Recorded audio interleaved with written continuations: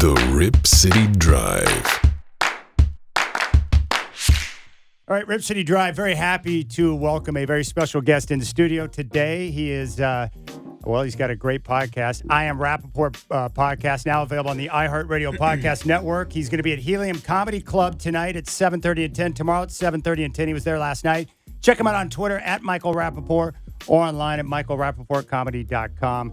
Michael Rapaport in studio. What's up, bro? Glad to be here. Thanks for having me. Dude, I was just sad for you because you're a big NBA guy. You were doing the show last night. Couldn't be a part of that great game at Moda Center with the Blazers and Nuggets. Yep. I wish I could have been there. I was at a game the last time I was here. I'm such a huge fan of the NBA and, such a Dame fan, such a Chauncey Billups fan.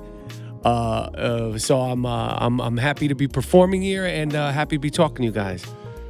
Speaking of the NBA, I've got a decent memory for an old guy, but Michael, you were in a celebrity NBA All-Star Weekend game. That's right. And I read you were actually the MVP of a game there where the you guarded MVP. Terrell Owens and shut him down. Correct. Is that correct information? That's correct information. That's not fake news. That's real news. I have the trophy. The late, great ESPN host Stuart Scott handed me the trophy. I polish that puppy off once a week, sometimes twice a week if we have guests. That was a lot of fun.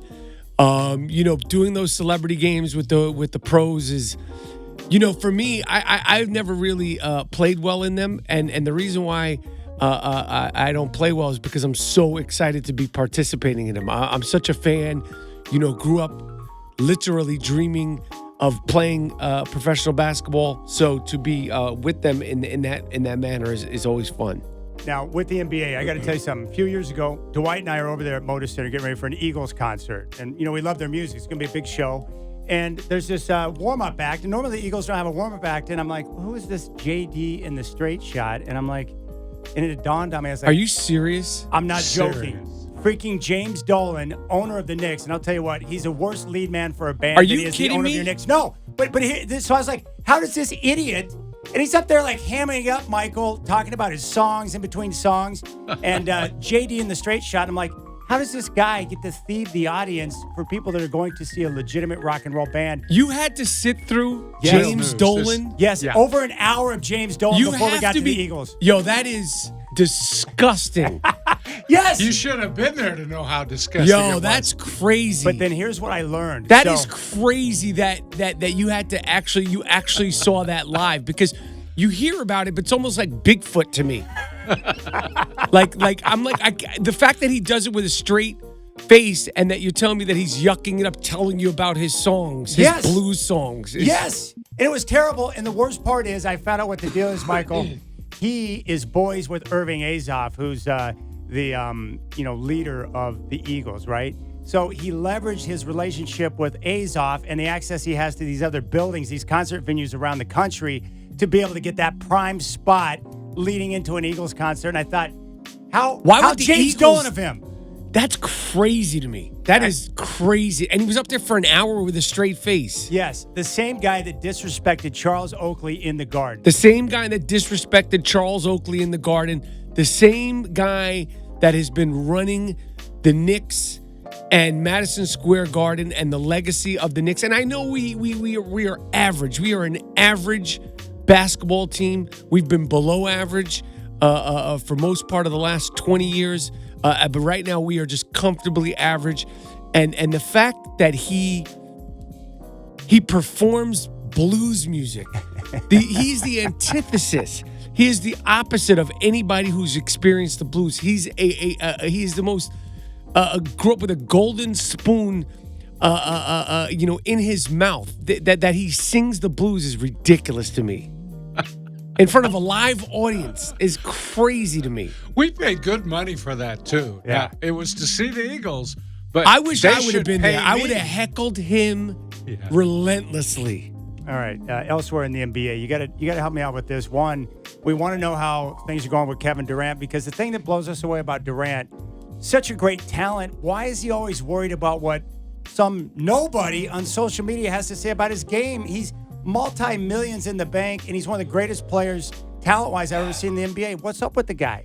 I don't know what's up with him. I mean, the Nets are such a weird team, with the talent and the firing of Steve Nash and the Kyrie and the Ben Simmons and the Kevin Durant.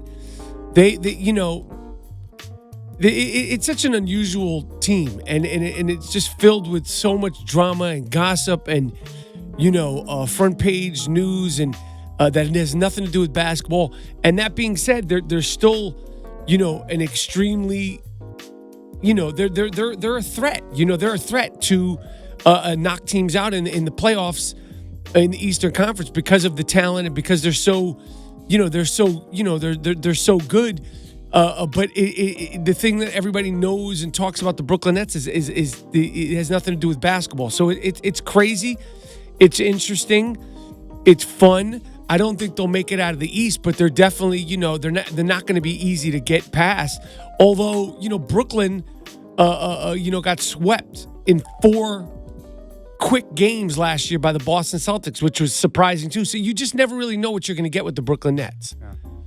You come by your interest in basketball, honestly, I'm sure. Growing up as a kid in New York, I understand you were a playground player. You went all over New York playing on some pretty tough spots, too. What was that like in those days as a kid in New York playing basketball? I mean, I loved it. I loved it, playing basketball in New York City, especially at that time.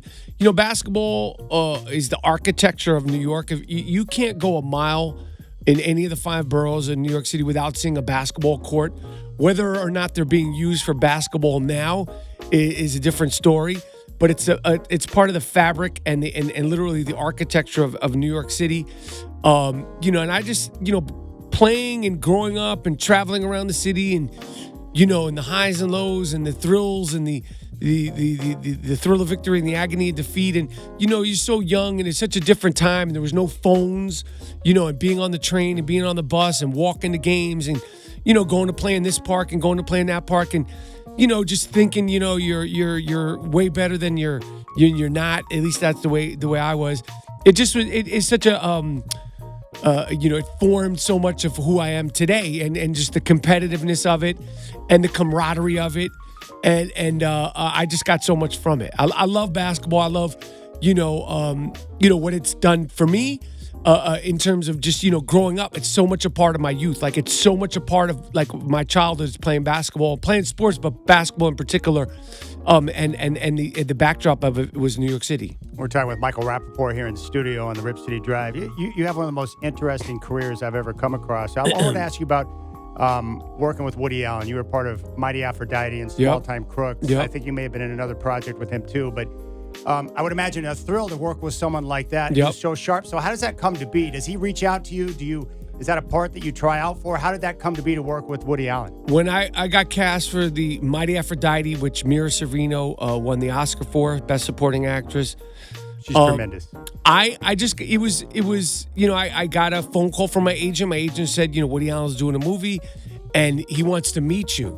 And there was no auditioning. Wow. And I literally met him for less than 5 minutes. Like he I don't know what movie he saw. He didn't tell me what movie he saw. He said, I saw a movie of yours. Asked me a couple of questions, asked me would I be in New York in the fall, and I said yup, and it was over before I even got my feet on the ground. And then like 2 hours later I got the call that I got the part. I was very excited. I was very young, and working with him is real easy. He encourages you to just be comfortable. He doesn't want you to stick to the script if you don't want to stick to the script, but the script is actor proof, and it was a real fun time working with him. You're here to do stand up. Yep. I think that's how your career really got going, is stand up comedy. Yep. Well, just with all the stuff you've done, why stand up now? I love doing it. Working on TV and movies is fun, and it's always going to be my first love. I did start as a stand-up before I did anything when I was 19, and the immediacy of it and the unpredictability of it, and with stand-up, unlike being an actor, you're the writer, you're the director, you're the editor, you do the sound, you do the costumes, you do everything. Everything is you, and there's no one to defer to, and there's there's good about that, and there's challenges about that. But it's just a sort of never-ending jigsaw puzzle, and there's always, things to talk about as long as you're, living, and as long as you're, taking in life. There's always stuff to talk about. And, particularly here in Portland, I mean, I did one show so far, but the crowds are so good and so present and so excited and so into the shows. It really makes it easy. I mean, last night was one of the best shows I've had, just because the energy of the crowd was great. And I got 4 more shows this weekend. I'm looking forward to the same thing. I wanted to ask you about documentaries, because you've done a number of them, including, When the Garden Was Eden, the 30 for 30, which was awesome, Beat Rhymes in Life, which a lot of people know. From my understanding with documentaries, it requires a lot of time, a lot of effort. You got to be all in, and you don't make a lot of money in the process. So, but why do it? Is it because you're a curious individual? I mean, what powers your desire to want to do that? Because I enjoy them, but I would imagine for you, a labor of love, but you don't get a lot of return on the investment. Yeah. They are a labor of love. What you said is correct. They're challenging. They're time consuming. But for me, they come out of curiosity. And the only way to do them is to be all in. For me, I mean, you can't direct a documentary and sort of do it haphazardly. There's too many challenges. There's too many variables. But I love doing the Tribe Called Quest documentary, Beat Rhymes in Life. I love doing the 30 for 30 on the 70-73 Knicks. Unfortunately, those are the last time we won. But that was really cool, doing the Knicks documentary, because I got to talk to, all the championship Knicks, Walt Frazier and Willis Reed and Earl Monroe, and got to talk to Jerry West, and got to talk to John Havlicek, and so many of the players, and Marv Albert that were a part of those teams, and the opponents, and obviously the Knicks, and that was really, really fun. And just understanding the time and the era, and how different the NBA was. It was not big business the way it is today. Yeah. A lot of the guys had jobs in the off season, which you can't believe. Can you imagine? Kyrie Irving knocking on your door selling insurance, but that's what these guys were doing. They had jobs in the off season. So it was a lot of fun to do that film, and like you said, documentaries are a challenge, but they only get done when there's a real true need to do them.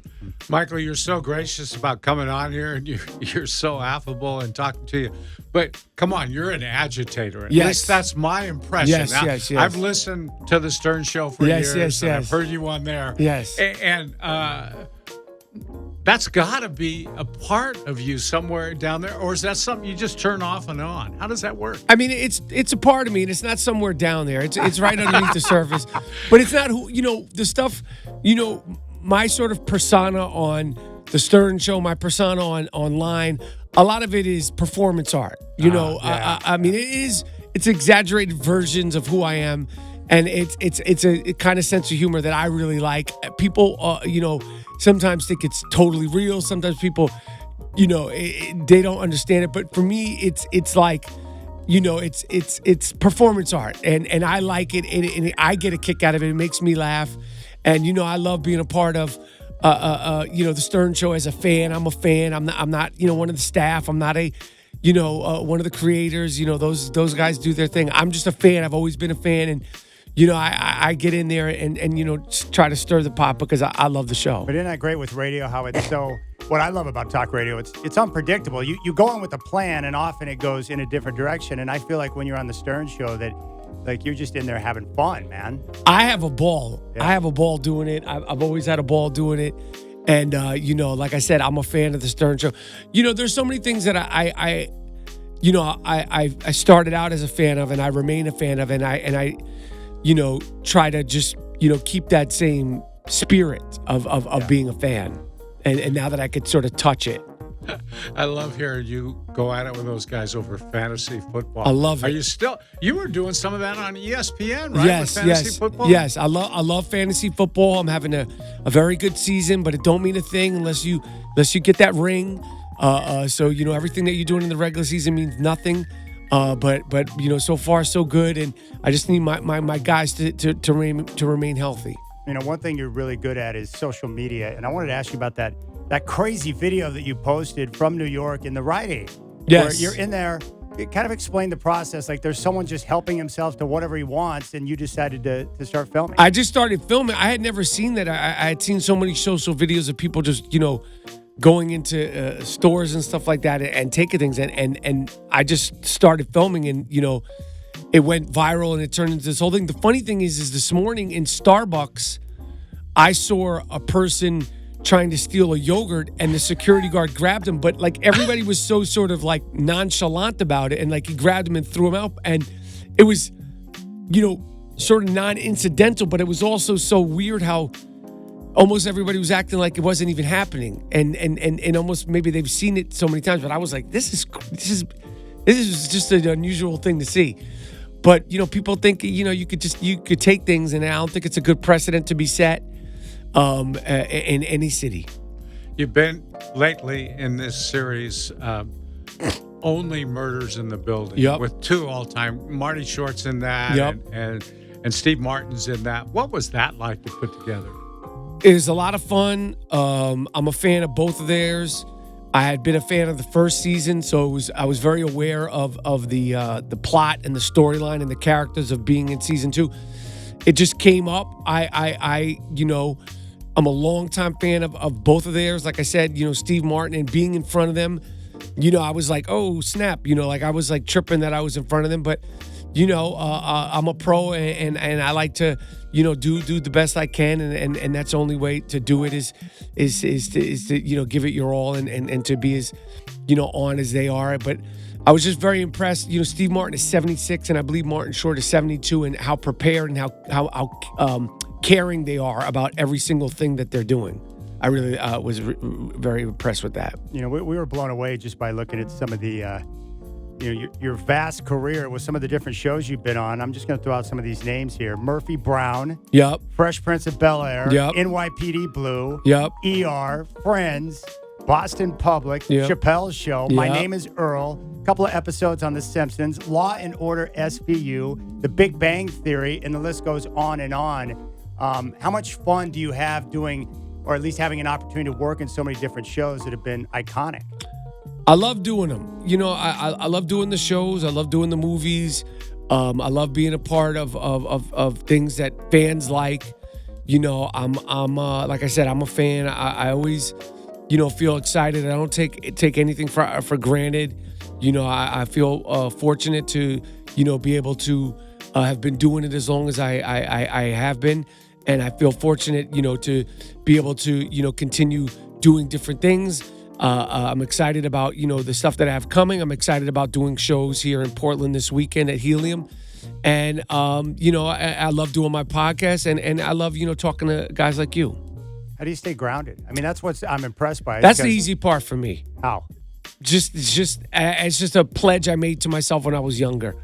It's just a pledge I made to myself when I was younger, and I was starting to get successful. I didn't ever want to get away from who I am. Michael, you've done so many things. What haven't you done that you'd like to do? I haven't directed a movie yet, and I haven't directed a movie that I have acted in yet. That's the 2 things that I want to do next is direct, film a film. That's what I want to do. What is the process of getting that opportunity? How does that come about? And how do you work on getting that to come together for you? You just have to do it. You can't wait for other people to make it happen for you. There's too many things going on, and everybody's sort of looking to catch their own fish. You have to just do it on your own. You have to make it happen. And technology is such now that you can make a film literally on your iPhone. I mean, that's not ideal, but you can make a film on your iPhone. You just have to have the vision. You have to be clear. You have to have the tenacity to get it done. That's the most important thing. Really, the talent is one thing, but the tenacity is almost just as important. Michael, you have that ability as an actor, and there aren't a lot of guys who can do this, in my opinion. You have the ability to keep the audience kind of guessing about your character. I've seen you in so many things. Well, Only Murders in the Building is one, but I remember Prison Break, which I was enthralled with for some crazy reason. You love that show, don't you? Well, it went on forever. Yeah. And I didn't know if these guys were ever going to actually get out. But anyway, you have the ability to make me in the audience think, I don't know if this guy's the good guy or the bad guy. Whether he's, and you were playing a Homeland Security guy in that movie, but I swear, bad guy, you know, and you kind of give off that vibe. What would you rather be, the good guy or the bad guy? I like doing it both. I mean, the funnest thing is to be the bad guy who people think is good, or the good guy that people think is bad. That's the most fun thing to do. I'm comfortable with both. The more creative the character is, the more I think you as an actor, or you could sort of add to it. And I had a good time doing Prison Break. That's a show that people really enjoyed, and I had fun doing it. It's a fun part. How much do you like being associated with the video games? I would imagine the kids love you because of that. Yeah. I had a good time doing that. This Grand Theft Auto game, and those come out, and then there's like re-editions and remixes of it. And I've never played one in my life, but kids love it. All right, so here's the deal. I got to ask you about this. My producer is younger. He's 29, so he didn't grow up and ever see MJ play any meaningful basketball games. So in his mind, he thinks we're crazy for thinking MJ's the best because he's a LeBron guy. Like, where do you come out on the LeBron versus MJ combo? Because both those guys have victimized your franchise. LeBron James is ridiculous. He's incredible. The longevity of his career alone is incredible. All that he's accomplished. And it's definitely, for somebody that's never seen Michael Jordan night after night, not just highlights, but night after night, on a random Tuesday or a Sunday in Orlando. He just had the biggest difference between Michael Jordan and LeBron is that not that LeBron doesn't have it, but Michael Jordan he never went to a Game 7 in a championship. And that's not by happenstance. That's because that seems like a little thing. He just put his foot down, and he would put his foot down on a Sunday in Orlando, and he would put his foot down on the biggest games. And obviously he missed shots. Like I think sometimes, the lore, is that, like he never missed a shot. He never missed a layup. He never missed a free throw. But it just was, there was just a viciousness about him that LeBron had to learn, and that I think he doesn't truly have in his personality as a player. What about other sports? You grew up in New York. Yankee fan or Mets fan? Did you grow up looking at Mickey Mantle? Who are you guys? Well, I'm not a big baseball fan. I'm not that old. But I grew up, basketball and football were my main things. I follow baseball a little bit. I'm happy that Aaron Judge is coming back. But the things that make me most excited are NBA and NFL and fantasy football. Yeah. Fantasy football is a big deal in my life. All right, you got to check him out. He's got the podcast, I Am Rapaport podcast. It's on the iHeartRadio Podcast Network or wherever you get your podcasts. He's at Helium Comedy Club. He'll be there tonight, 7:30 and 10, and also tomorrow, 7:30 and 10. Check him out on Twitter, at Michael Rapaport, and online at michaelrapaportcomedy.com. Anything else you want to get out there to the masses? No, I appreciate you guys having me. I'm happy to be here in Portland for the weekend, and I'm looking forward to 4 more good shows at the Helium Comedy Club. Come through. The tickets are almost gone, but come through. We're gonna have a good time.